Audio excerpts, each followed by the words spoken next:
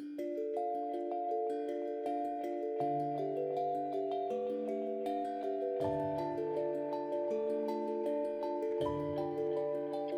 everybody. Thanks for coming back to the Neurodiverging Podcast. My name's Danielle Sullivan, and I am your host.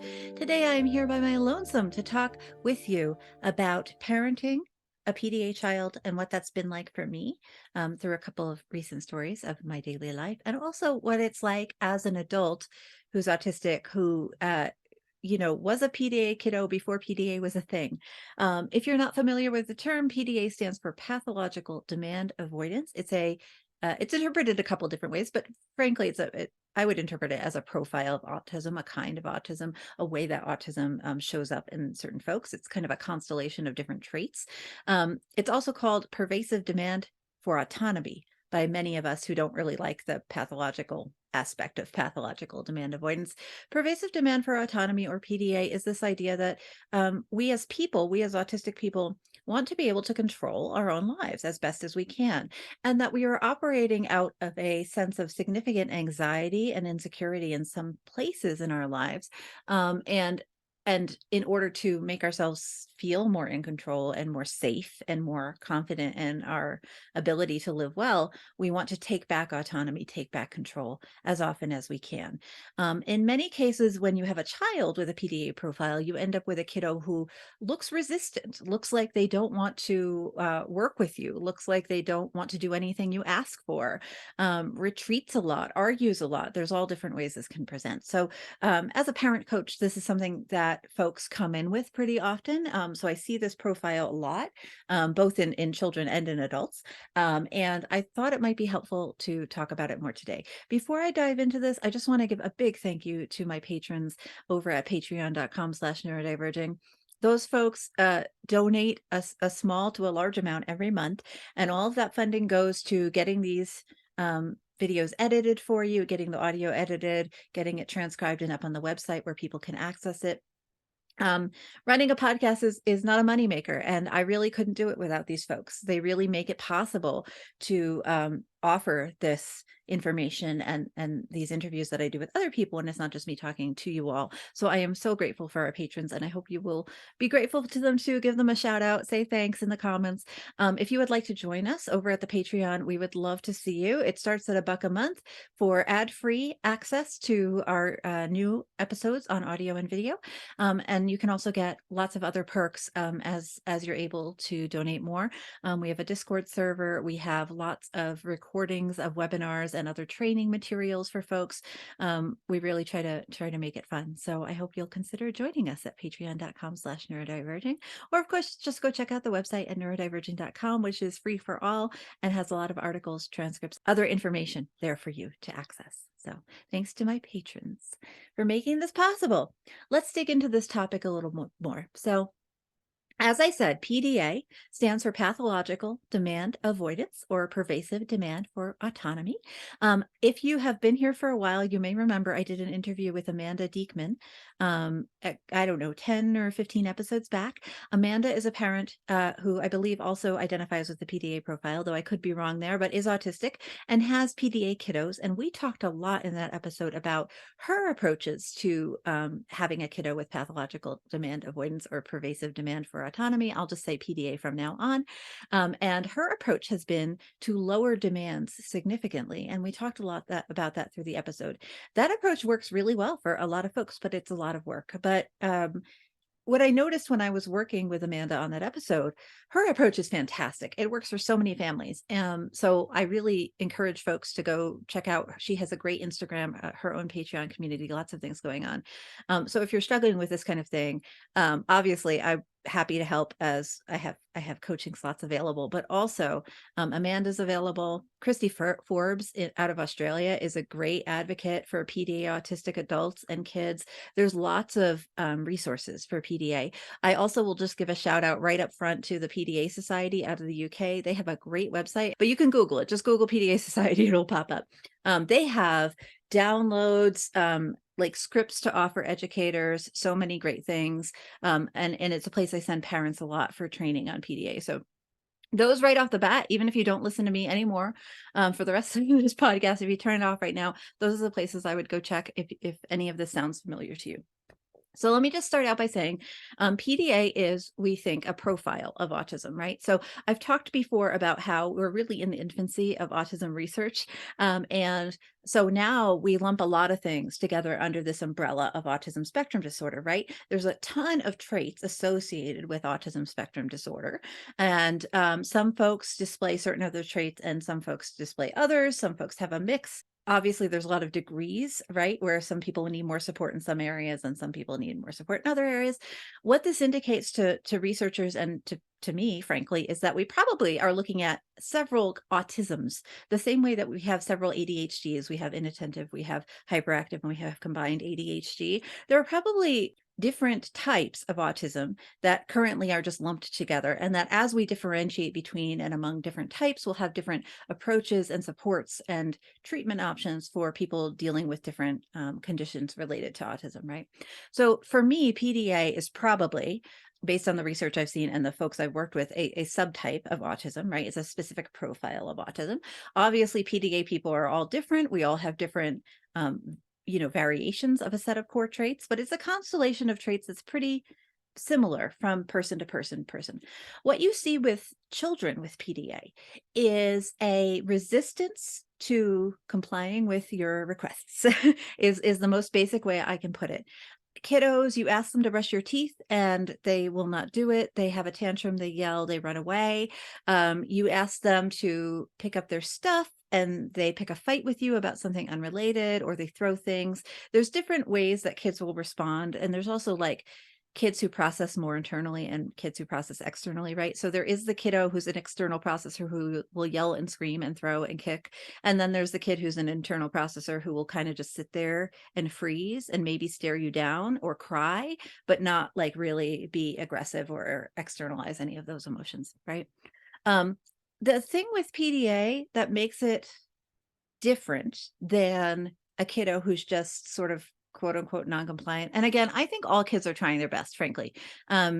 Kids with neurodivergence are dealing with significant trauma just by living in a world that is not appropriate for them. Their environment is not sensory friendly. Requests are not given in a way that we always understand. Children have very little control over their own lives in most cases. And so it makes sense to me that lots of children would say no when you ask them to do something. But the thing with PDA that is different is that any request that comes from outside of the child's own heart, body, and soul, any request, even if it's something they want to do, if they don't make the determination to do it, they won't do it. So any demand from outside of them, even if it's something they want to do, they actually can't, because they'd feel like they'd be giving in, they'd be giving you back control. So as an example, if my child wants to have a cookie, okay, and I say, eat the cookie. Now, if she eats the cookie, she is giving in to something I've asked her to do. She feels like she's giving up control to me. And that makes her stressed out and anxious. And then she's so anxious that she can't make herself eat the cookie, even though she really, really, really intrinsically wants the cookie, right? That's a really simplistic example, but it gets more complex. So I want to tell you a story about my PDA kiddo and a recent occurrence that happened and how we handled it. As a parent coach, I don't ever, and I hope it comes across in this podcast, I don't ever want to present as an authority on something, right? I have a lot of training. I've read a lot. I'm educated on things, right? And I've worked with people, so I have experience, right? But I'm just one person. I parent the way I parent. And different people have different approaches. And I think that's really important to honor and to value. Different people are parenting for different reasons. But I also feel like sometimes when you call yourself a parent coach, people automatically assume like, oh, that means they're like the best parent, right? They're the best at parenting. And, I think I'm a good parent. I'm not going to toot my own horn too much, but I also think that I want you all to know, I guess, that I'm struggling to parent the same way that a lot of you are struggling to parent, right? If you're here and you're listening to this because you have kiddos who fit under that PDA umbrella, or you think you do, if you have kiddos who are demand avoidant, who don't seem to want to collaborate with you, who do seem to want to collaborate with you, but are struggling to do so, I want you to know you're not alone. I just want you to know that no one's perfect at this. Stuff is hard. This is hard. And so if you're a PDA adult, if you have a PDA kiddo, if both of those things are the case, I just want you to know you're not alone in this. So, and also if you're not PDA and you don't have PDA kids, I'm going to tell you the story in an effort to show you that even for someone who is a kind of, I'll just say a highly trained parent, let's go with that, this is really hard for me too. And I want to encourage you that if you know someone who has a kiddo who is struggling, or if you know a parent who is struggling to parent their child and it's difficult for whatever reason, please give them as much support and open curiosity as you possibly can. Parenting kiddos with these kinds of issues is not easy. It is not straightforward. You cannot parent the way that the parenting books tell you to parent and have good success. You have to parent completely differently. And it's a steep learning curve. And we all mess up in the beginning because we're trained to parent a certain way. But if you parent traditionally with a PDA kiddo, you will not engender trust in them. If you set firm boundaries, if you hold those boundaries no matter what, if you use rewards and discipline punishment systems, you are setting up higher anxiety levels for your kiddo. And so that means when you have a parent who is dealing with a PDA kiddo and you see them like quote unquote being pushovers, not holding firm boundaries, you see them adjusting based on kiddo's demands, and you think the parent's giving in, that's not what's happening. It's that the traditional way of even positive discipline is not going to be successful for a PDA family. It's going to be the opposite of successful. It's going to cause more concern and stress. Okay. So I'm going to tell you the story about what happened on Monday. So just so you know, my kids are 7 and 9. They're both probably autistic and ADHD. We have different diagnoses for either, but you know that diagnoses are sometimes kind of a mess. So I won't get into that right now. My youngest has PDA traits, right? And we parent her in a PDA style, and that has been the most successful for us. So on Monday, they had been inside due to weather and cancellations and lots of other things. They had been basically inside watching TV for about 4 or 5 days. As a parent who thinks that, you know, movement and exercise and stuff are important, but also understands the stress of sensory overwhelm, 5 days is about my limit for like, we need to get you out of the door, right? We need you to interact with other people who are not me and your dad and your siblings. We need you to move your body. We need you to look at something else. Okay. So we all discussed it together, me and my 2 kiddos. And I said, basically in the morning, I would like us to go do something today. I would like us to have the goals of moving our bodies and looking at something that's not a screen for a couple of hours. I am very open about what we can do. Some ideas I have are we can go to the park, any park you can choose. We can go to a playground. We can go to a museum. We can go to a jump place, like a trampoline park. We can go get ice cream. We can do whatever. I just want us to go somewhere else. So can you guys talk about it together and think about if there's something you can agree on that you would both like to do? Do you want me to sit here with you and we all discuss it together, or do you 2 want to pick? And so they decided they wanted to pick. So I kind of went away and did my thing and came back. And they had decided together that they would want to go to the trampoline park. So we talked about what's our schedule like today? What do we want to accomplish before we go? Right? They both like a plan. They like to know what to expect as best they can. So we sat down and we talked together. Okay, you know, my 7-year-old wanted to play Slitherio and do some Fall Guys. And my older wanted to do some Minecraft and watch a couple of videos on YouTube. And then we needed to have lunch, and then we were going to be ready to go. Okay. So we had this great plan. Now, my youngest, who is the PDA profile kiddo, sometimes thinks she's going to be fine to do something and then gets overwhelmed kind of at the last minute and can't handle it. And we want to honor that and that feeling and that overwhelm and that anxiety as being true and real and her experience. But also, whenever she does that, it obviously impacts other people's plans. And we talk a lot about how when you're part of a family, we're part of a team, and that your actions affect other people, right? And so it's okay if you really can't handle something. Please always tell us, and we want to help you with it. But also, sometimes we're not going to be able to cancel a thing. And as a parent who is parenting two kiddos, my eldest is very flexible with my youngest's PDA and anxiety. But at the same time, every time we need to cancel something because of my youngest, my oldest is disappointed, right? And that's a hard way to live. That's really challenging for them.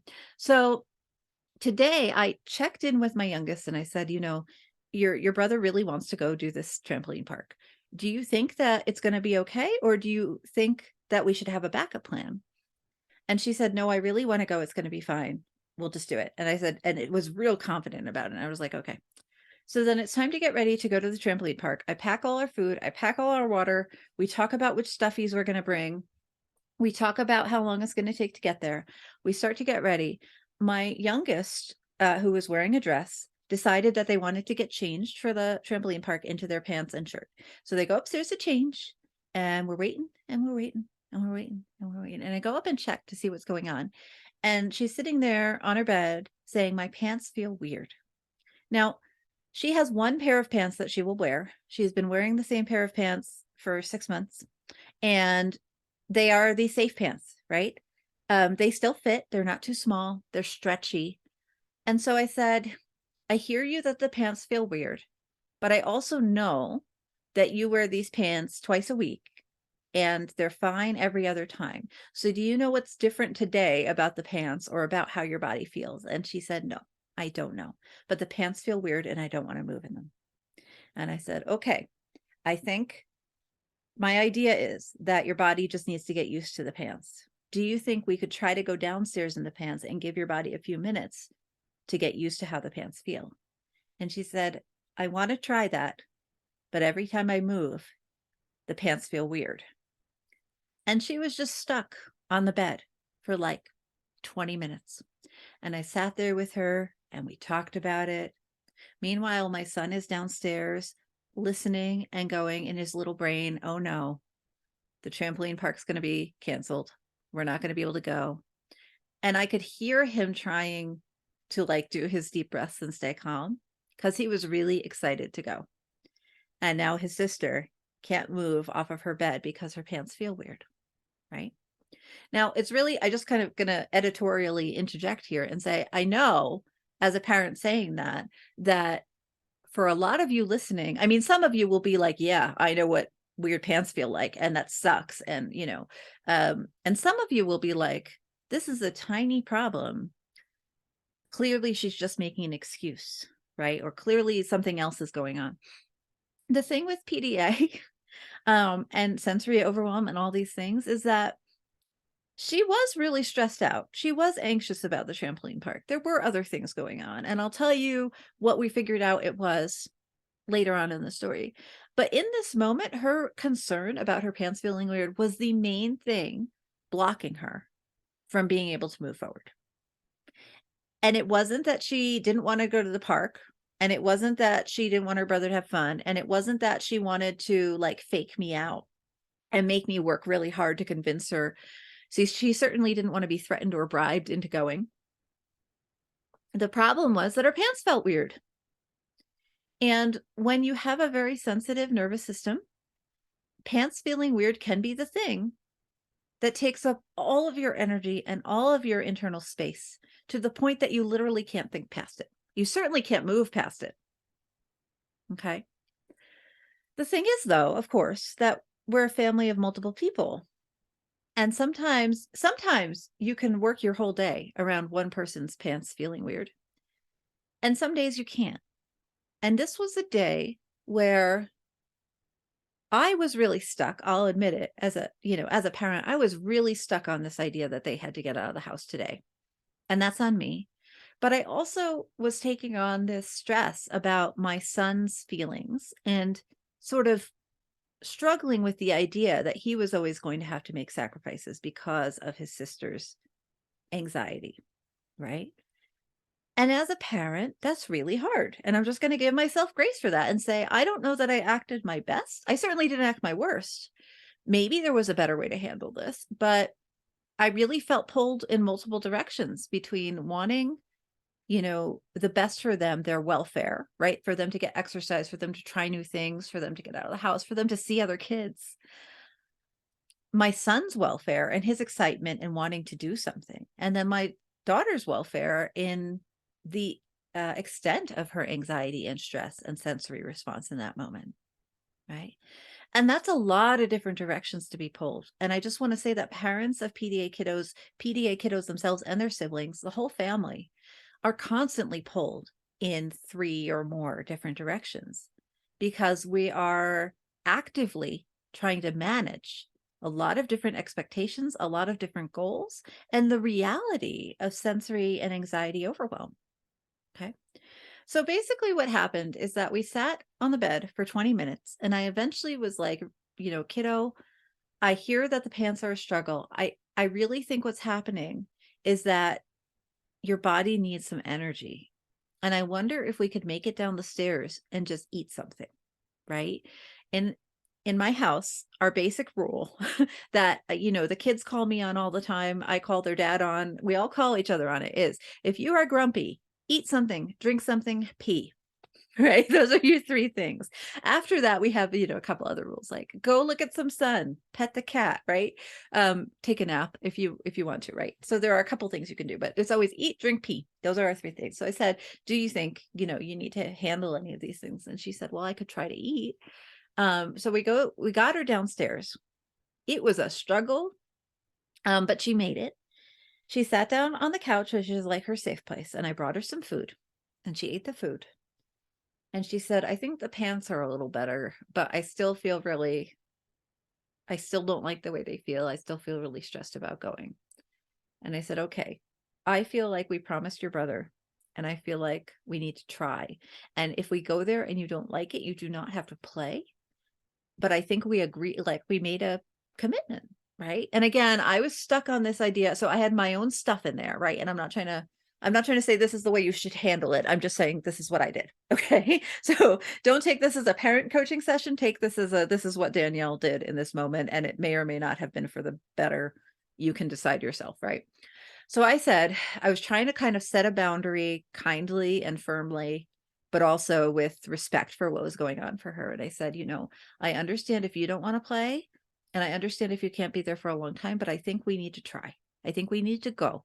I also think, and this is based on kind of her history, I said, I think if you can get in the car, then once we're there, you'll be fine. I think it's the transition from home to car that's hard for you. And we've talked about this before. So she had that kind of script in her head of like, that we have lots of evidence from other things that like once she's in the car, she's okay. It took her an hour to get from the couch to the car. It's like 20 feet. We took a couple of steps at a time. She kept getting overwhelmed. I tried to sort of help her by putting her stuff in the car first. So she had like a motivation to get to the car. Like your stuffies are in the car. They're waiting for you. You do want to try to make things fun and gamified because the more pressure you put on the situation, the more stressful it is, the more anxious the PDA kiddo gets or the PDA person gets. Right. So you want to take it seriously, but it's also like, as a parent, it was like, well, let's make fun of the cat. Let's walk silly. Let's whatever. And even with all that stuff, it took an hour to get to the car. She could not put her shoes on. She said it was too overwhelming. But we got in the car. We brought her shoes with us. She was dressed in her pants. We brought her stuffies. I brought so much food and water. And we drive over there. And before we go into the trampoline park, there was a coffee place right there. And I just said, like, that was so much energy to get out to the car. I think I would really like a coffee. Would it be okay if we stopped at the coffee place? And they both said, sure, that's fine. And my girl was able to put her shoes on. We tied them together. We went into the coffee place. That was fine. I got them both like croissants. That was fine. I got my coffee. That was fine. We walk in to the trampoline park, which is right next to the coffee store. And we pay and we get the socks, those little grippy socks they have. So if you've never been to a trampoline park, they're basically socks, but they have little like plastic on the bottom. And it's so that when you're jumping on the trampolines, you don't like your feet don't go out from under you and you fall in a way that's going to potentially hurt you. So some trampoline parks don't care, and some trampoline parks require that you have them. And this was one. And I had asked her about it before and she said it would be fine. But of course, like, her brother puts on his socks and goes and runs out and is playing. And my daughter puts the socks on and says, "Oh, they feel really bad. I don't think I can handle this." And at this point, you guys, I'm not trying to make excuses, but just to say, I was so toast. Like, I had been actively co-regulating with her at this point for like 2 hours without a break. I had used so much energy trying to keep things light, like just trying to balance the sort of humor and lightness aspect and the gamification of parenting a kiddo like this, and also honoring, like trying to hold space for her and her feelings. And of course, it's different when it's your own kid than like when I work with coaching clients or whatever. Because obviously with coaching clients, I'm doing the same thing, right? But there is a difference in the kind of empathy and strength of emotion I feel with my own kids than with other people. And I was just wiped. And so again, I really think I did a good job maintaining my chill. But I said, kiddo, I'm really sorry that your body is feeling this way today. So if you don't want to play, that's fine. You absolutely do not have to. You can sit here with me. We can have snacks. We can talk. We don't have to talk. You can do whatever you choose. But I think we have to give my son the time to play. And she said, "I'm really upset because I want to play, but I don't know how to handle the socks." And she started crying. And I was so tired. I started crying. And then she saw that I was crying and started crying more. And then I was like, "Oh no, stop crying." But I couldn't because I had started. And I was so wiped out that I wasn't, my emotional regulation was just shot, right? I maintain that it's fine to cry in front of your kids. Like, you're a person, you're allowed to have feelings in front of them. I would rather cry in front of my child than like yell or like be angry in their direction unreasonably, right? Or something like that. And I just kind of said, "I feel very sad that you are having such a hard day." I really tried to make it clear that it wasn't like she was doing something wrong and I was ashamed or angry or something, but that it was just hard, right? And I'm allowed to feel that it's hard too. And I said, "One thing I think that we could choose to try is," and you can hear me modulating my language for a PDA kiddo, because the thing with a PDA kiddo is you can't make demands. You cannot tell them what to do. It will never work. It will never work. I can give you lots of resources on why this is the case, but for the purpose of this conversation, I'll just say you need to leave as much wiggle room and be as indirect in your suggestions as you possibly can for a PDA person to be willing to, not even willing, because it's not like that makes it sound intentional. It's not intentional, but for them to be able to grab onto what you're saying and make it happen. So I said something like, "I wonder if one thing we could try is, can we think about if there's anything else that's bothering you, or that's maybe making your body feel uncomfortable or making your feelings feel bigger today?" And she was like, "I don't think so." And I was like, "Okay." And then I needed a break. So we sat at the little table and I took my phone out and I answered email for like 10 minutes because I didn't know what to do, because like her brother was playing and that was great. Like, I was at least like, one child is getting some exercises out of the house, is moving around. You have to take your wins where you can get them. And she kind of just sat next to me and she wasn't like actively upset. I guess she was like passively upset, right? She was like not happy. She wanted to go play. Obviously, the socks were bothering her. Her pants were still sort of bothering her. But after like 10 minutes of processing time, do you know what happened? She turned to me and she said, "Hey, Mom, I have an idea." And I said, "What's your idea?" And she said, "I think maybe I didn't drink enough water today." And my brain was like, of all the possible things, I was expecting there to be some kind of emotional like background, like she and her brother had a fight about something, or she saw something on TV that like she had to process, whatever. I thought there was some kind of emotional block, and that was what was causing all this like my socks, my pants stuff. She goes, she goes, "Usually when I get up in the morning, my throat is really dry and I have a bunch of water. But this morning I woke up too early and my brother wanted something. And so I didn't have the water. And I'm thinking about it now. And I'm wondering if maybe I didn't have the water and that's why everything's really hard. And I said, okay, really good thinking. I would not have considered that. Would it help if we got some water now? And she goes, yeah. And I said, okay. So I hand over her water bottle, which I had brought. She had full access to it in the car. She had access to it the entire time we were sitting there.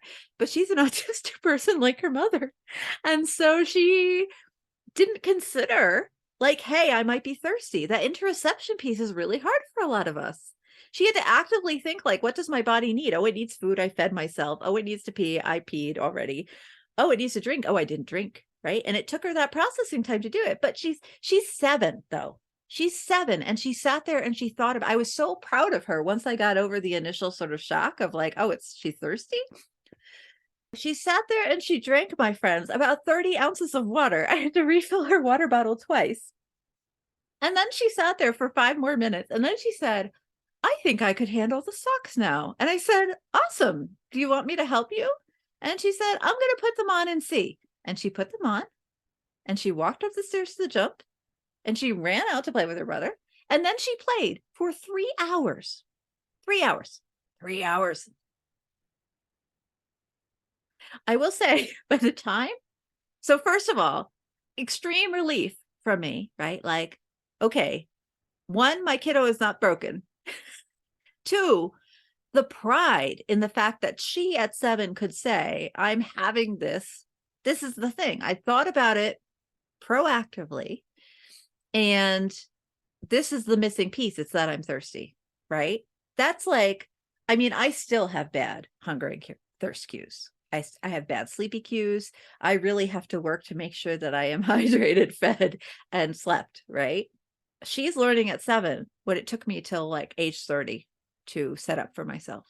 So of course, extreme pride, but also this exhaustion of like, if I had asked her that question 3 hours ago when we were still home, maybe the whole day would have been better. I mean, maybe not. Like, I don't know what she needed to get to the point where she said, oh, maybe I'm thirsty, right? Like, maybe it was just going to happen at that point regardless. But also part of me was like, as a coach, right? Coaching is about asking the right questions. And I was like, oh, what if I had just asked her prior to the whole pants issue even? What if I had said, is there anything you need to do to make your body feel better before you get dressed? Right? Would she have been able to sit and process and say, oh, I think I'm thirsty? And could we have gotten out of the house with that much less trauma and exhaustion and anxiety from everybody? I don't know. It's a mystery. Like, no one knows, right? And that's why I'm saying, I think there are some things, if I if I had been given this example from a client and I was looking at it, I think I could definitely pick out some things that I did well as a parent. I can also certainly pick out some things that I did not do well as a parent, right? And that I might do differently had I different energy or any kind of warning that the thing was going to happen. The thing is, it had been a beautiful morning together. We had talked well. She had been, quote unquote, compliant. She had eaten. She had gotten dressed, right? She fed the cats, which is her choice to do. It's not a demand that I make upon her. She had done a lot and she'd had been having a really good day. And I didn't really have any warning that this anxiety was going to pop up in the middle of the day, except that often it does. But her experience of her body is so different than mine is, that I'm not always able to observe the trend of when things will pop up and when it's fine. And it can change like so fast, so fast. It can go from fine to, gale force wind anxiety in a minute flat. And even as a parent and as a trained coach, I mean, I trained in autism and ADHD coaching for this child. Really, like I did it for myself. I did it for my son. I did it for a lot of things. But one of the main motivators was this kiddo needs one-to-one support all the time.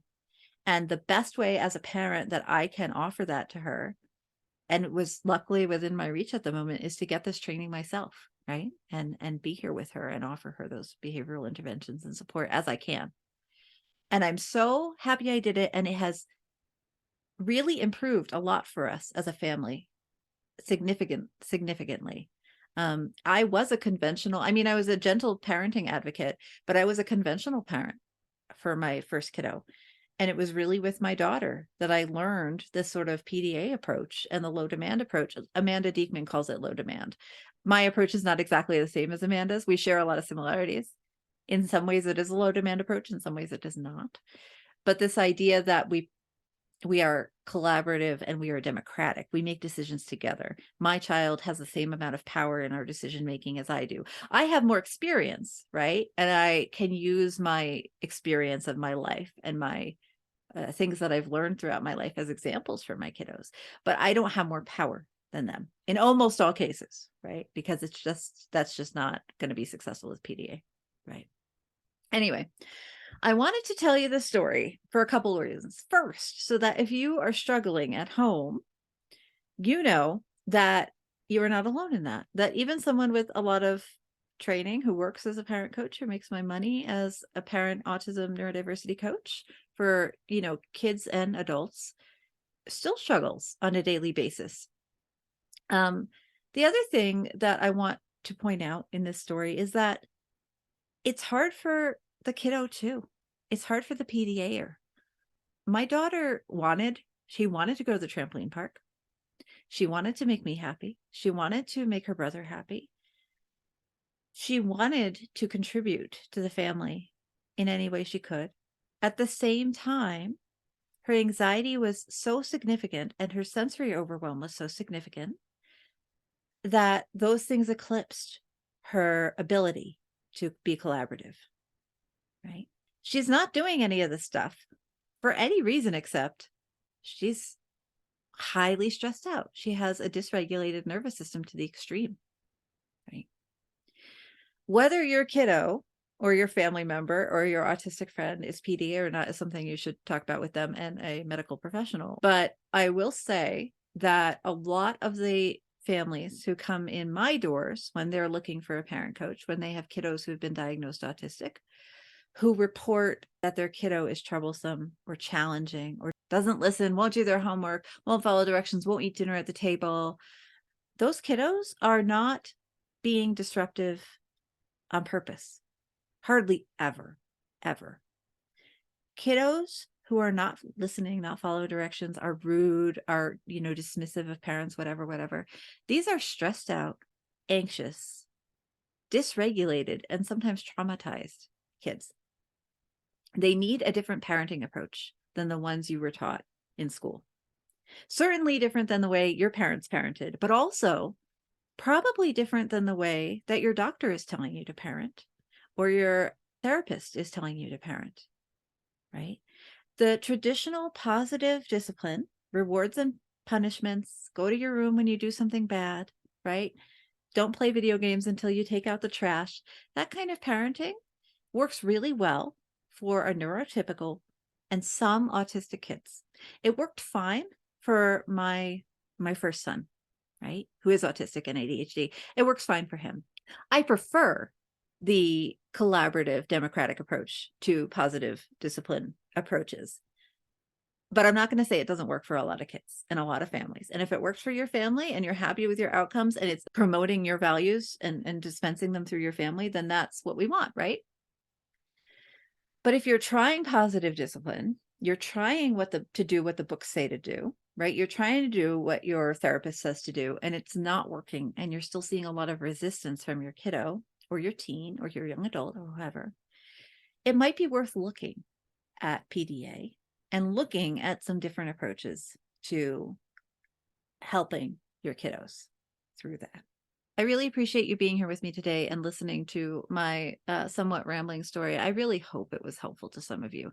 I'm just going to say that, I do have family coaching slots available. We are starting another round of our collaborative parenting 6-week group coaching program pretty soon. So there's a link below if you are interested in that. I encourage you to fill out the interest form and I'll get in touch and we can see if it's a good fit for you and your family and what's going on. It is designed to help you learn collaborative parenting techniques and democratic parenting techniques, which are very supportive of basically all kinds of families who are willing to make the change, who are willing to understand how to work with their children as a team and not just kind of fall back on traditional parental authority for the sake of having authority, right? If you're in a place where you're ready to try something new, where you are aware that what you're doing is not working and you're willing to try something new, and especially if your kiddos are neurodivergent, or you yourself are neurodivergent, the collaborative parenting coaching program might be a really good fit for you.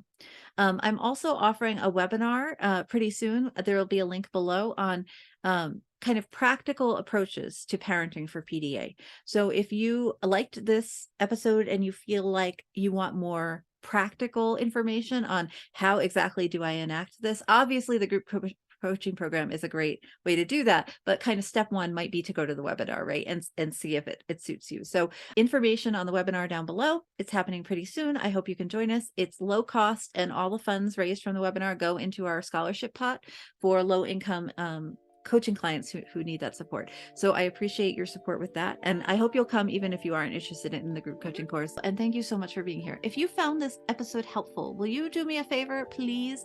Will you subscribe on YouTube or on your streaming platform, wherever you are listening or watching this? Will you please hit the subscribe bell? It really, really helps. If you really liked it, could you leave a short review on Apple or some other podcast rating system? That also really helps other people find this. And if you really liked it, you can become a patron at patreon.com/neurodiverging, or go to neurodiverging.com/donate to find out how you can donate money or time to this podcast and everything we do at Neurodiverging. We couldn't do it without your support, and we really appreciate it. I hope you all have a beautiful day. And please remember, we are all in this together. You, your whole family, me, and everyone in the world.